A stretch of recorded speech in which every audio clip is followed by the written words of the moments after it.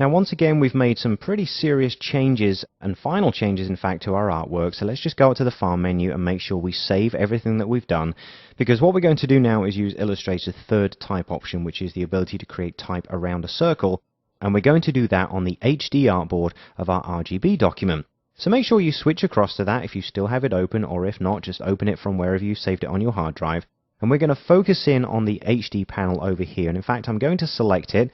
Remember that we've got everything perfectly positioned, so the dead center is in the middle of our artboard and everything else.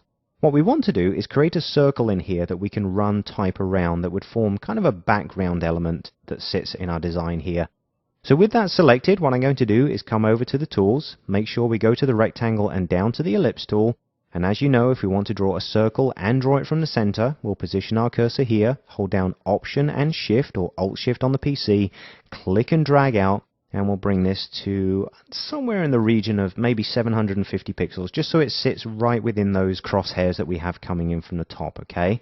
Now because I had the background selected before I drew this shape, you can actually see if we go back to the main selection tool and deselect, it's been filled with a gradient, but because it's in a smaller shape, the gradient is shorter, and this is kind of cool. It looks almost like a lens that we're focusing on in the background, so if you need that effect in future, that might be one easy way you can do it.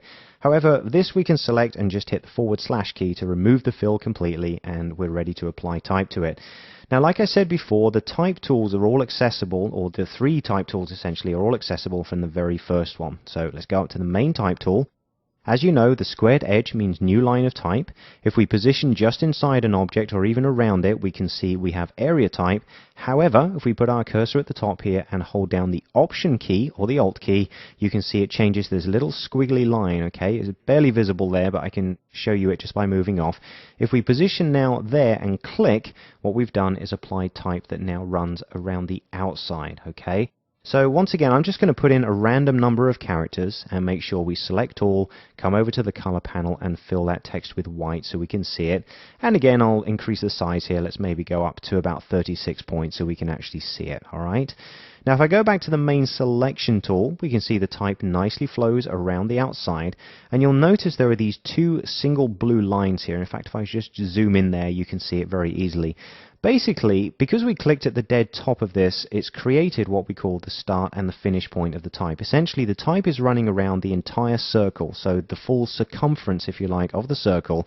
If you sort of unraveled it and laid it in one line, you can imagine the start and finish point. Well, that's what we're seeing here. Illustrator knows that the text, if it continued to flow all the way around the circle, would end here and it starts here, okay? The reason I show you this, if we just go back to Fit in Window, is we want the type to center across the top here so that as we add type, it continues to grow and expand on both sides and encompass the whole shape, all right? Well, if we come up to the control panel here, we can see in the paragraph option we have center for the type, and this is also available in the type palettes that we looked at a second ago.